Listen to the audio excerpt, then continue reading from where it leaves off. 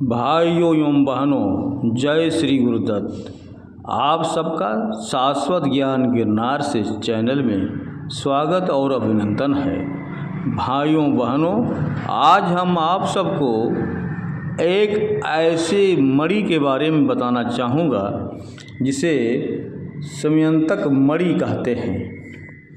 गणेश चतुर्दशी को कलंकी चौथ भी कहते हैं। इस चतुर्दशी का चाँद देखना वर्जित है। यदि भूल से भी चौथ का चंद्रमा दिख जाए तो श्रीमद्भागवत के समयंतक मणि की चोरी की कथा का आदर पूर्वक श्रवण करना चाहिए। समयंतक मणि की कथा हम आप सबको सुनाना चाहता हूँ। समयंतक मणि की कथा सुनने से पहले हम अपने सभी भाई बहनों से अनुरोध करूँगा कि चैनल को सब्सक्राइब एवं वीडियो को लाइक तथा शेयर ज़रूर कर लें तथा अपने विचार हमें कमेंट्स बॉक्स में ज़रूर दें। गणेश चतुर्दशी को कलंकी चौथ भी कहते हैं। इस चतुर्थी का चाँद देखना वर्जित है। यदि भूल से भी चौथ का चंद्रमा दिख जाए तो श्रीमद्भागवत के 10वें स्कंध के 56वें 97वें अध्याय में दी गई समयंतक मणि की चोरी की कथा का आदर पूर्वक श्रवण करना चाहिए। सत्यराजित भगवान सूर्य का बहुत बड़ा भक्त था। उसकी भक्त से खुश होकर सूर्यदेव उसके बहुत बड़े मित्र बन गए थे। सूर्य भगवान ने प्रसन्न होकर बड़े प्रेम से उसे समयंतक मणि दी थी। सत्यराजित उस मणि को गले में धारण करता था और वह ऐसा चमकता था मानो स्वयं सूर्य ही हो। वह मणि प्रतिदिन 8 भर मतलब 20 तोले सोना दिया करती थी और जहाँ पर ये रहती थी वहाँ दुर्भिक्ष, महामारी, ग्रह पीड़ा, सर्प भय, मानसिक और शारीरिक रोग तथा मायावियों का उपद्रव आदि कोई भी अशुभ नहीं होता था। एक बार सत्यराजित ने इस मणि को अपने गले में डाला और द्वारिका में आया। अत्यंत तेजस्विता के कारण लोग उसे पहचान न सके। इस मणि का बहुत तेज प्रकाश था। सभी के विचार में यह आया कि सूर्यदेव खुद आ गए हैं। उन लोगों ने भगवान के पास आकर उन्हें इस बात की सूचना दी। उस समय भगवान श्री कृष्ण चौरस खेल रहे थे। लोगों ने कहा, द्वारिकाधीश जी, साक्षात सूर्य आपका दर्शन करने आ रहे हैं।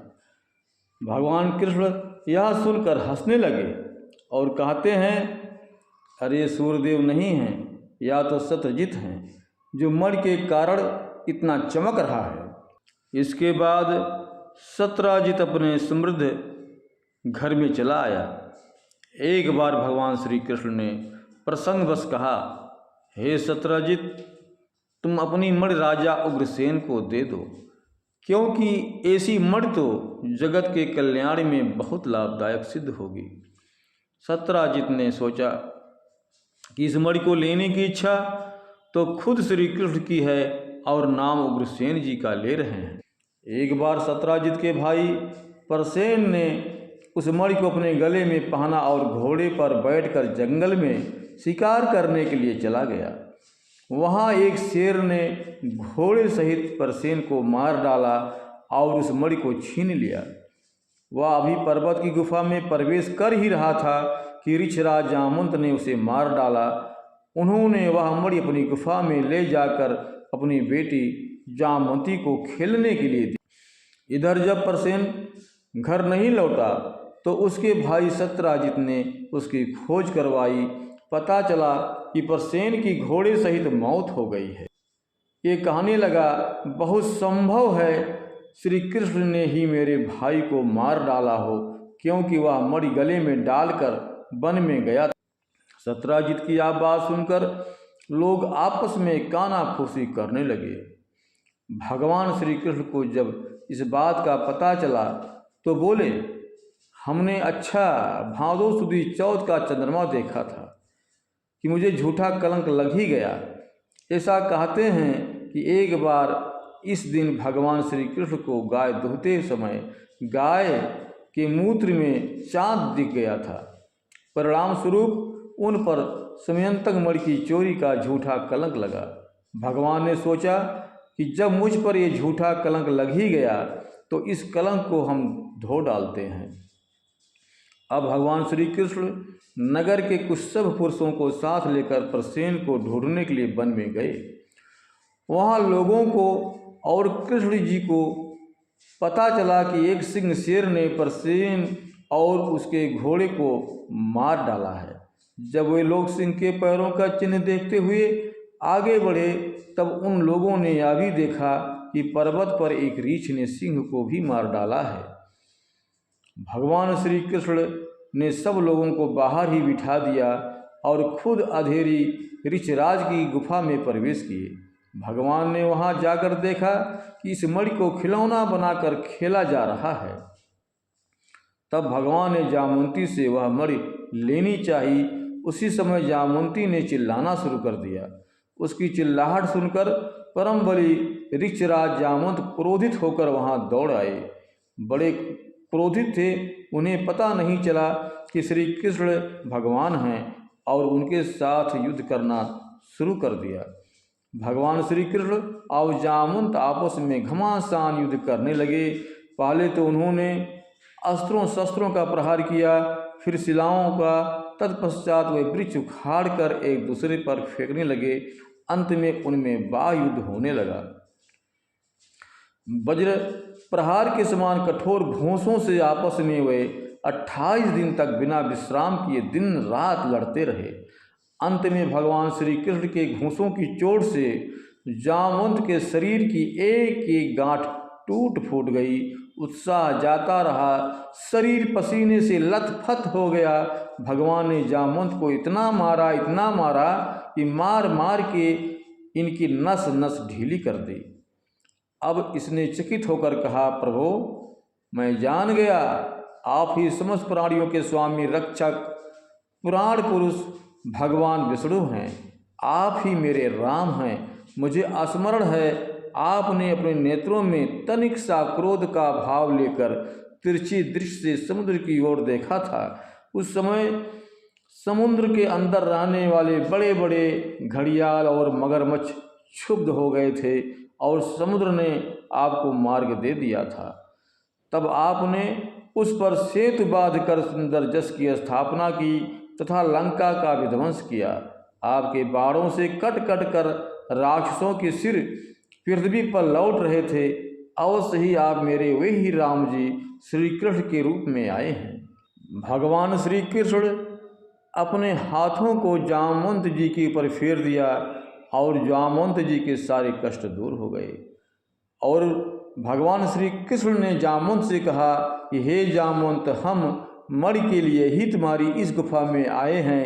इस मणि के द्वारा मैं अपने पर लगे झूठे कलंक को मिटाना चाहता हूँ। फिर जामवंत जी कहते हैं, प्रभु सारी बात ठीक है, पर एक बात बताइए, आप मणि तो बिना युद्ध किए भी ले सकते थे। आप मुझे पहले ही बता देते कि आप ही श्री राम हैं। ये बात सुनकर कृष्ण जी मुस्कुराए और कहा, जामवंत तुम्हें याद होगा कि जब मेरा रावण से युद्ध हो रहा था, कितना भयंकर युद्ध था जिसका वर्णन नहीं किया जा सकता। लेकिन तुम उस समय सोच रहे थे कि ये भी कोई युद्ध है। अगर राम की जगह मैं होता तो रावण को बताता। बस तुम्हारी इसी बात को पूर्ण करने के लिए आज मैंने तुमसे युद्ध किया। जब जामवंत जी ने ये बात सुनी तो उनकी आंखों से आंसू आ गए और कहते हैं, प्रभु आप तो अंतर्यामी हो, मुझ पर एक कृपा करो। मेरी एक बेटी है जामवंती, तुम इसके साथ विवाह कर लो। ऐसा कहकर जामवंत ने बड़े आनंद से अपनी कन्या कुमारी जामवंती को मणि के साथ उनके चरणों में समर्पित कर दिया। भगवान श्री कृष्ण जिन लोगों को गुफा के बाहर छोड़ गए थे, उन्होंने 12 दिन तक उनकी प्रतीक्षा की, परंतु जब उन्होंने देखा कि अब तक वे गुफा से नहीं निकले, तब वे अत्यंत दुखी होकर द्वारका को लौट आए। वहाँ जब माता देवकी, रुक्मिणी, वसुदेव जी तथा अन्य संबंधियों और कुटुंबियों को यह मालूम हुआ कि श्री कृष्ण गुफा से ही नहीं निकले, तब उन्हें बड़ा दुख हुआ। सभी द्वारकावासी अत्यंत दुखित होकर सत्राजित को बुरा कहने लगे और भगवान श्री कृष्ण को प्राप्त करने के लिए महामाया दुर्गा देवी की शरण में गए। उनकी उपासना करने लगे। उनकी उपासना से दुर्गा देवी प्रसन्न हुई और उन्होंने आशीर्वाद दिया। उसी समय उनके बीच में मणि और नववधू जामवंती के साथ श्री कृष्ण जी सबको प्रसन्न करते हुए प्रकट हो गए। सभी द्वारकावासी भगवान श्री कृष्ण की पत्नी के साथ और गले में मणि देखकर बहुत खुश हुए, मानो कोई मर कर लौटा हो। फिर भगवान ने सत्राजित को राजसभा में महाराजा उग्रसेन के पास बुलवाया और जिस प्रकार मणि प्राप्त हुई थी वह सब कथा सुनाकर उन्होंने वह मणि सत्राजित को सौंप दी। सत्राजित बहुत लज्जित हो गया। मणि तो उसने ले ली, लेकिन उसका मुंह नीचे की ओर लटक गया। अपने अपराध पर उसे बड़ा पश्चाताप हो रहा था। किसी प्रकार वह अपने घर पहुंचा। उसके मन में आंखों के सामने निरंतर अपना अपराध नाचता रहा। अब वह यही सोचता रहा कि मैं अपने अपराध का मार्जन कैसे करूं, मुझ पर भगवान श्री कृष्ण कैसे प्रसन्न हों। मैंने भगवान पर शक करके ठीक नहीं किया। क्यों न अब मैं अपनी कन्या सत्यभामा और वह समयंतक मणि दोनों ही श्री कृष्ण को दे दूं। यह उपाय बहुत ही अच्छा है।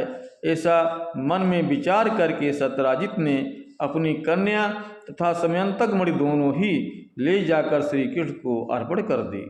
सत्यभामा शील, स्वभाव, सुंदरता, उदारता आदि सद्गुणों से संपन्न थीं। बहुत से लोग चाहते थे कि सत्यभामा हमें मिले और उन लोगों ने उन्हें मांगा भी था, परंतु अब भगवान कृष्ण ने विधिपूर्वक उनका पाणिग्रहण किया। भगवान श्री कृष्ण ने सत्राजित से कहा, हमको समयंतक मणि नहीं चाहिए, क्योंकि इसके कारण बहुत बवाल हुआ है। आप सूर्य भगवान के भक्त हैं, इसीलिए वह आपके ही पास रहे। आप केवल इतना कर दीजिए कि इस मणि से जो सोना निकलता है आप मुझे वो दे दीजिए। सत्राजित को ये बात अच्छी लगी। इस प्रकार भगवान की ससुराल से 20 तोले सोना प्रतिदिन आता है, जिसे भगवान राजकाज और धर्म के काम में लगाते थे। यदि अनिच्छा से गणेश चतुर्थी को कलंकी चौथ भी जो कहते हैं, इस दिन चाँद का दर्शन अगर हो जाए भूलवश, तो आप सबको भाई बहनों को समयंतक मणि की कथा जरूर सुननी और कहनी चाहिए। भाइयों बहनों, अब हम अपने शब्दों को यहीं पर विराम दूंगा। पुनः मिलूंगा अगले वीडियो में। जय श्री गुरुदत्त, जय श्री गुरुदत्त।